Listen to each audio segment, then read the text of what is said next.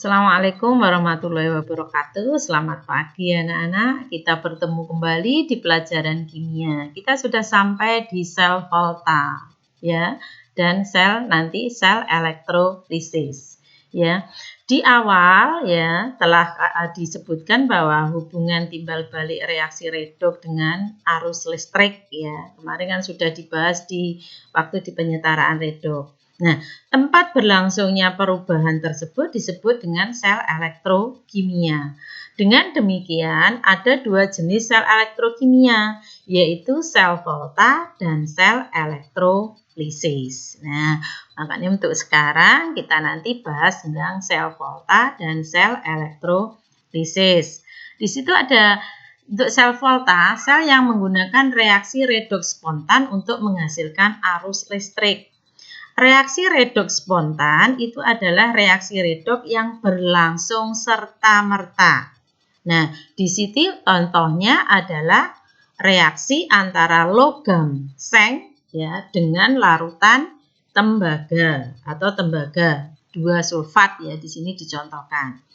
Jika nanti sepotong logam seng dimasukkan ke dalam larutan tembaga 2 sulfat, segera terjadi reaksi di mana logam seng sedikit demi sedikit melarut ya, sedangkan ion tembaga 2 diendapkan.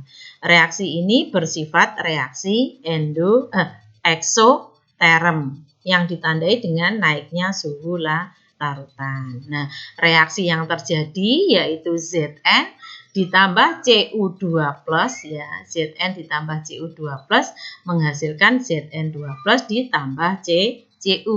Reaksi ke kanannya adalah spontan, sedangkan reaksi ke kirinya tidak spontan. Ya, kespontanan reaksi redoks ini ditentukan oleh deret volta. Ya, reaksi yang terjadi di sini Zn ditambah Cu2+ menjadi Zn2+ ditambah Cu ya. Jadi reaksinya Zn ditambah Cu2+ menjadi Zn2+ ditambah Cu. Nah, reaksi ke kanannya, reaksi yang ke kanan ya, itu bisa berlangsung secara spontan ya. Sedangkan reaksi ke kirinya itu tidak spontan ya. Reaksi kebalikannya ini yaitu reaksi antara logam Cu dengan larutan seng sulfat di sini ya, seng sulfat itu ion Zn2+-nya tidak bisa terjadi. Jadi reaksi ke kirinya tidak berlangsung spontan. Oleh karena itu bisa dikatakan bahwa kebalikan dari reaksi spontan itu adalah reaksi tidak spontan. Nah, untuk mempermudah biasanya saya ini ya untuk mempermudah kalian mengingat, anode itu biasanya muatannya negatif, reaksinya adalah reaksi oksidasi. Sedangkan di katode muatannya positif, reaksinya reduksi. Untuk mempermudah ya kalian mengingat, biasanya saya beri singkatan andokare. Andokare. Anode oksidasi ya, andok. Sedangkan katode reduksi, kare, andokare. Anode oksidasi, katodenya reduksi ya. Jadi ini aliran elektron melalui kawat penghantar dari anode ke katode, muatannya dinetralkan. Di sini ada yang istilahnya jembatan garam. Untuk notasi selnya, notasi sel itu oksidasi dulu baru reduksi. Zn diubah menjadi Zn2+. Ini ada garis sejajar ini ya. Ini adalah penggambaran dari jembatan garam. Sedangkan di sininya adalah Cu2+ menjadi Cu. Nah,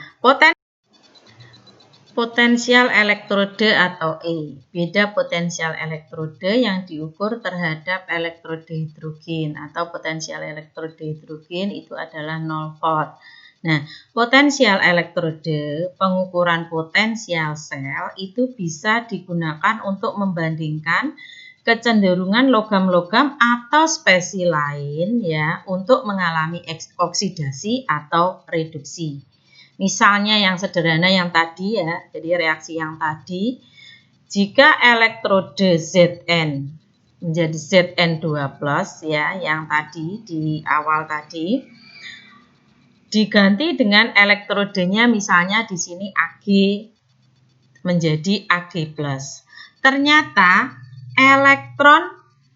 Ternyata di sini elektron mengalir dari elektrode Cu ke elektrode Ag menghasilkan potensial standar ya dari data itu sekitar 0,45 volt. Jadi tembaga itu lebih mudah teroksidasi daripada perak, ya, daripada Ag. Berdasarkan data itu, urutan kecenderungan dari logam Zn, Cu, dan Ag adalah Zn, baru Cu, setelah itu baru Ag.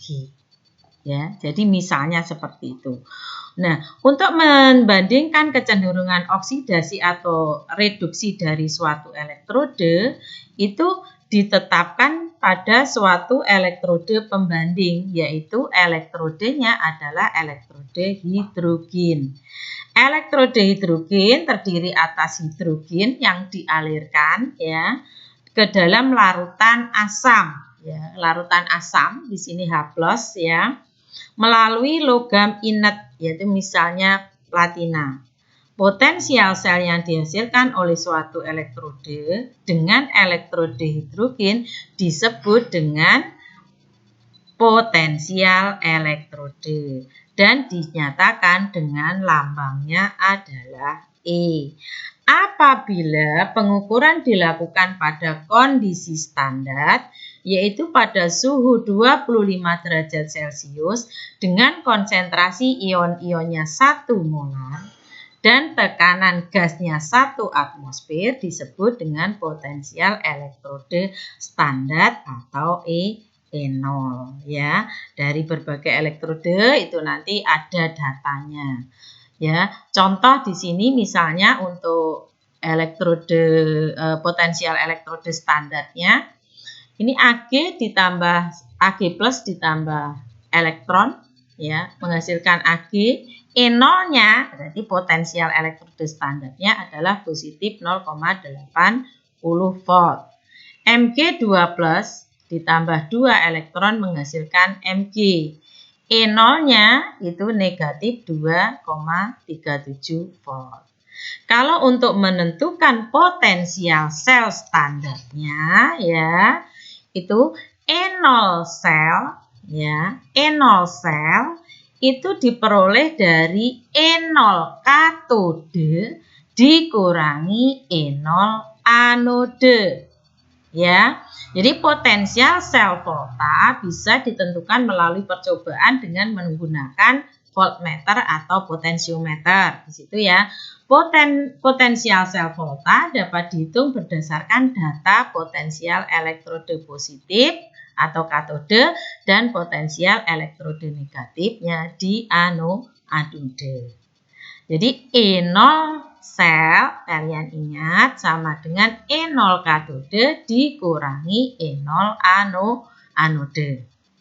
Jadi, kalau untuk mencari E0 dari reaksi di atas, katodenya yang reduksi adalah Ag.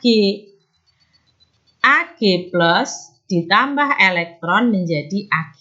Kalian ingat, di situ elektron yang dilepas dengan yang diterima harus sama. Kalau di anodenya Mg menjadi Mg2+ ditambah 2 elektron, berarti reaksi di katode harus dikalikan 2. Ya, 2 Ag+ ditambah 2 elektron menjadi 2 Ag. E0-nya, harga E0-nya tetap positif 0,80. Sehingga reaksi selnya atau reduknya 2 Ag+ ditambah Mg menjadi 2 Ag ditambah Mg2+ E0 selnya berapa? Positif 3,17 volt. Ya, ini reaksinya dibalik yang untuk Mg. Ya, ini karena apa? Terjadi reaksi oksidasi. Sedangkan datanya ini masih data reduksi. Makanya di sini diubah menjadi data oksidasi. Reaksinya dibalik, harga E0-nya dari negatif menjadi positif. Sehingga reduknya saya ulang lagi, 2Ag plus ditambah Mg menjadi 2Ag ditambah Mg2 plus, harga E selnya positif 3,17.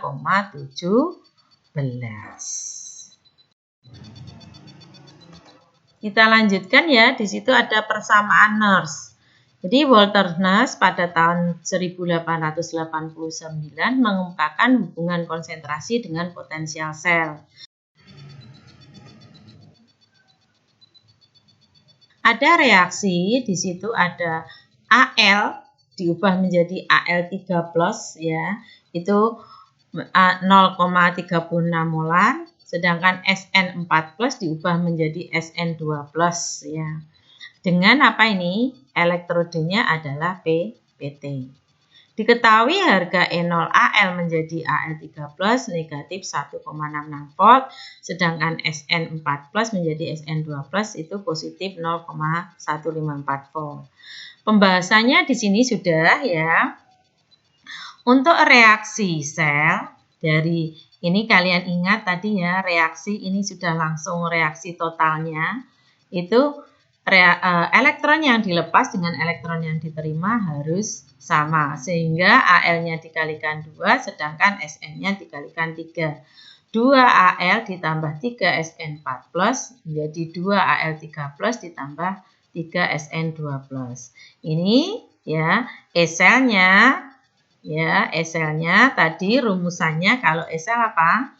Jadi E-sel E0 katode dikurangi E0 anode, ya, sehingga E-selnya sama dengan E0 Sn4+ menjadi Sn2+ dikurangi E0 Al3+ menjadi Al, sehingga dihasilkan di sini E-selnya adalah 1,814 volt. E-sel di sini untuk persamaan Nernst sama dengan E0 sel. Kalau mencari ini kan sudah E0 selnya ketemu. Cari E-selnya sama dengan E0 sel dikurangi 0,052 dibagi N dikurangi log Qc. N-nya adalah jumlah elektron, Qc adalah koefisien reaksi. Sehingga di sini untuk E-sel, E0 sel dikurangi 0,0592 ya, dibagi N ya. N-nya ini adalah 6. Jadi 6 ini adalah jumlah elektronnya tadi, jumlah elektronnya kali log Al3+ pangkat 2 ya, kali Sn2+ pangkat 3 dibagi Sn4+ dibagi Sn4+ pangkat 3. Sehingga dihasilkan E-sel itu di persamaan Nernst sama dengan 1,799 volt. Ya, nanti untuk beberapa contoh sel volta komersial yang digunakan dalam kehidupan sehari-hari, yaitu ada sel aki, ya, sel aki. Sel aki di sini ya, contohnya sel volta dengan berbagai nanti ukurannya. Jenis aki adalah jenis baterai yang banyak digunakan untuk kendaraan bermotor. Ya, aki menjadi pilihan yang praktis karena dapat menghasilkan listrik yang cukup besar dan dapat diisi kembali. Kelebihannya itu untuk sel aki. Sel aki nanti terdiri dari atas anode, ya, anodenya adalah PT dan katodenya adalah PbO2. Keduanya merupakan zat padat yang dicelupkan dalam larutan asam sulfat.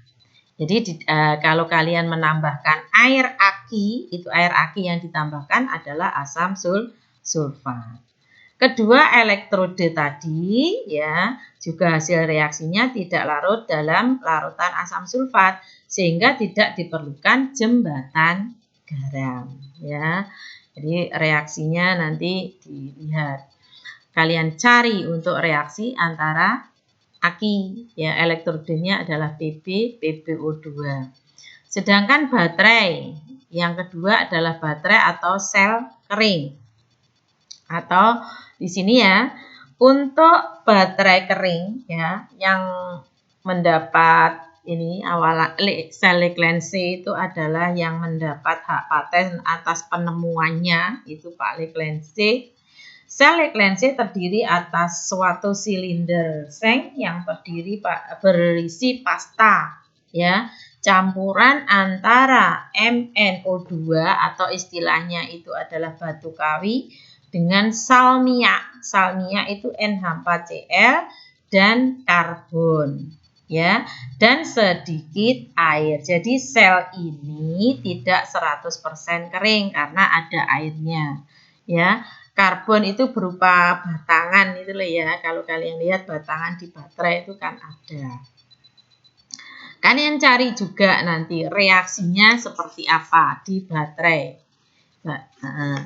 Kalau yang ini ada baterai alkalin. Contoh ya, baterai kering jenis alkalin pada dasarnya sama dengan sel Leclanché tetapi bersifat basa. Karena menggunakan KOH menggantikan NH4Cl dalam pasta. Ya, jadi ini yang alkalin itu biasanya lebih awet. Baterai itu biasanya ya, jadi kekuatannya itu 1,5 potensial sel dari baterai alkalin sebesar 1,5 volt sama dengan baterai Leclanché. Tetapi baterai ini dapat bertahan lebih lama ya. Jadi arusnya nanti menghasilkan arus yang lebih besar ya untuk alkalin.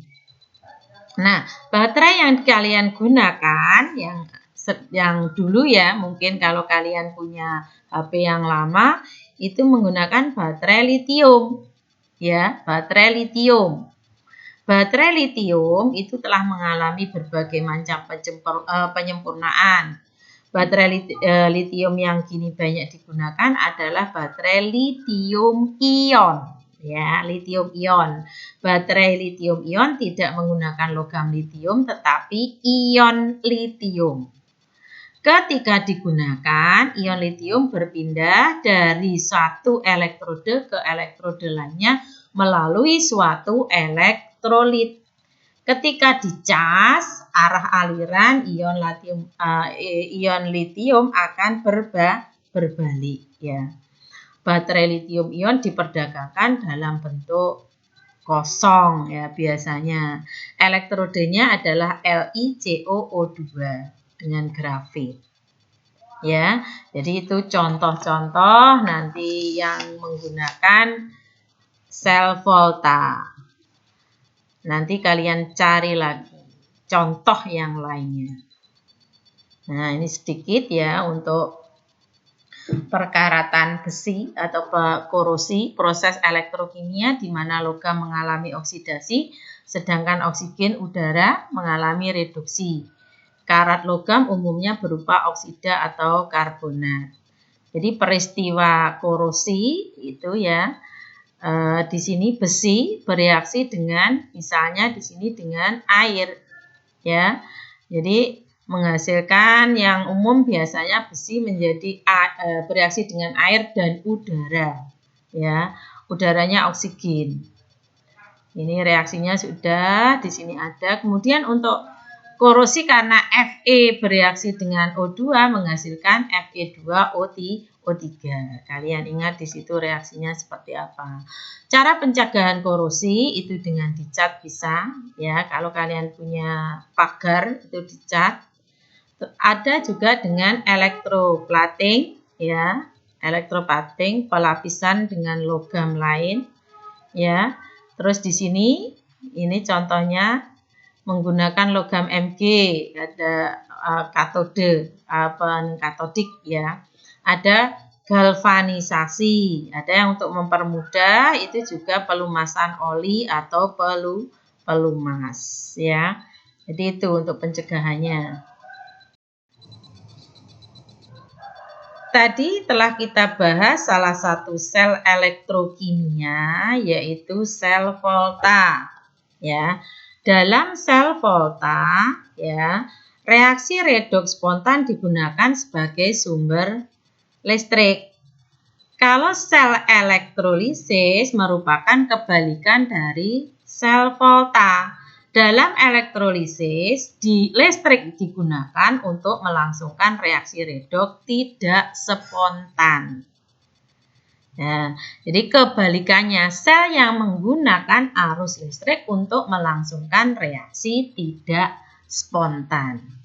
Susunan selnya ya, anode muatan positif, oksidasi, katodenya muatan negatif itu reduksi ya, andok kare sama anode oksidasi, katode reduksi. Sel elektrolisis terdiri dari sebuah wadah ya, untuk ada elektrode, ada elektrolit dan sumber arus searah ya. Susunannya seperti itu, di katode, anode ada. Elektron di situ atau listrik memasuki sel elektrolisis melalui kutub negatif atau katode. Spesies tertentu dalam larutan menyerap elektron dari katode dan mengalami reaksi reduksi. Sementara spesies lain itu melepas elektron di anode dan mengalami reaksi oksidasi ya. Skema reaksi yang terjadi pada elektrolisis ya. Reaksi di katode bergantung pada jenis kationnya. Kalau kationnya logam aktif ya, logam aktif golongan 1A, 2A, Al dan Mn itu air yang tereduksi, bukan logamnya. Sehingga reaksi yang terjadi di katode 2H2O ditambah 2 elektron menjadi H2 ditambah 2 OH-. Yang kation lain, kation yang bisa tereduksi ya, misalnya di sini ada 2H+ ditambah 2 elektron menjadi H2. Atau kalau yang kation LX+ ditambah Xe menjadi L. Jadi logamnya tidak aktif. Kalau yang aktif yang direduksi adalah air. Kalau yang logamnya tidak aktif yang direduksi adalah logamnya. Reaksi di anode tergantung pada jenis anode dan anionnya. Kalau anodenya inert ya, anion misalnya di sini ada PT, AU dan C. Sisa asam oksi ya. Kalau ada asam oksi, air yang dioksidasi. Contoh di sini 2H2O menjadi 4H+ ditambah O2 ditambah 4 elektron. Kalau sisa asam lain atau OH-, anionnya bisa teroksidasi. Jadi 2X- menjadi X2 ditambah 2 elektron. 4OH- menjadi 2H2O ditambah O2 ditambah 4 elektron. Kalau anodenya tidak inert, anode yang teroksidasi, logamnya ya dioksidasi menjadi misalnya L menjadi LX+ ditambah Xe ya, sejumlah X elektronnya. Contoh ya, di sini adalah elektrolisis larutan NaCl dengan elektrode grafit. Kalian ingat larutan NaCl kalau terion menjadi Na positif ditambah Cl negatif. Berarti kationnya adalah Na positif, anionnya Cl negatif, elektrodenya grafit itu adalah elektrode C. C itu adalah elektrode inert. Ya. Untuk reaksi elektrolisisnya, kationnya adalah Na+. Na positif. Karena Na positif termasuk logam aktif, karena logam aktif ya, dia masuk golongan 1A. Di katode yang direduksi adalah air. Jadi reaksinya 2H2O ditambah 2 elektron menjadi 2OH- ditambah H2. Sedangkan di anode adalah Cl- tadi Cl-. Cl- termasuk di sini anode sisa asam lain atau OH-, anionnya teroksidasi. Ini menjadi 2X- X2 plus 2 elektron sehingga reaksinya di anode 2Cl- menjadi Cl2 ditambah 2 elektron.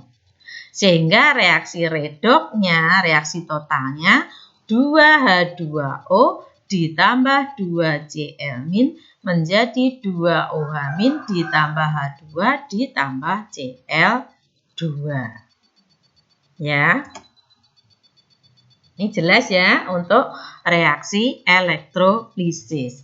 Yang perlu kalian ingat di sini ya, ini skemanya ini.